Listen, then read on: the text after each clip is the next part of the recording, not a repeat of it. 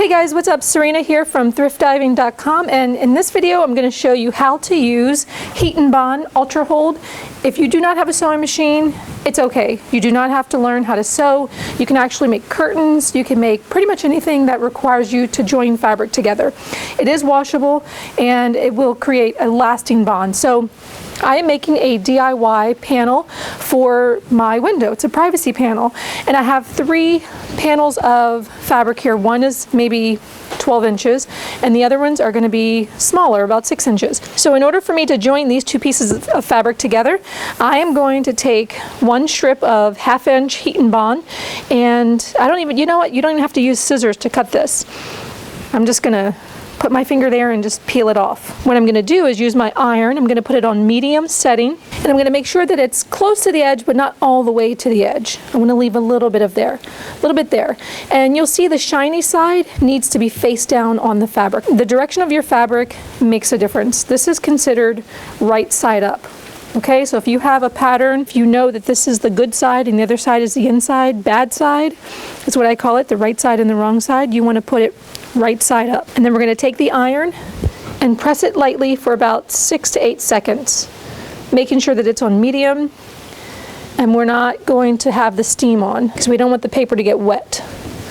And then we're going to peel off the paper. So we're just going to put our fingernail underneath and we're going to peel off this paper backing, and you'll see it'll start to come right off.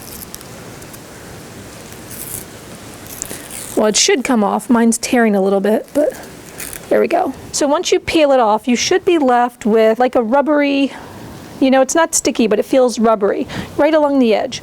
Now what I'm going to do is take this side, which is my right side, and put right sides and right sides together. Okay, you want to put right side to right side. The right side is the side that's going to be showing to the world. So you want to put those together and line them up, and then you'll take your iron and press it again, which should make it nice and stuck together. You don't want to overdo it. You want to do it maybe 6 to 8 seconds. Just press that out. All right, that should be good. And when we open it up, those 2 sides should be glued together, and it's such a small, thin layer that it really looks like it's sewn. It doesn't add any bulk, you know, the same amount of seam that you would get if you were ironing this. Oh, this side I didn't do too well.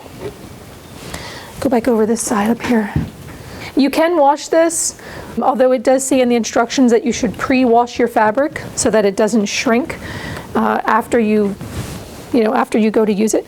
And now we have a nice, smooth, even seam.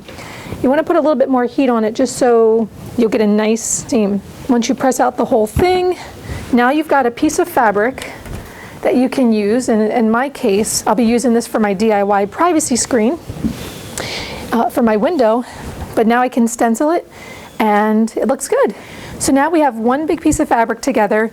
We didn't have to use a sewing machine, and we can make pillows, we can make curtains, we can make pretty much anything that requires a sewing machine with just fusible tape. Heat and Bond just costs a few dollars. Anyway, if you like this, give it a thumbs up, subscribe so you can catch my next video, and I'll see you at thriftdiving.com.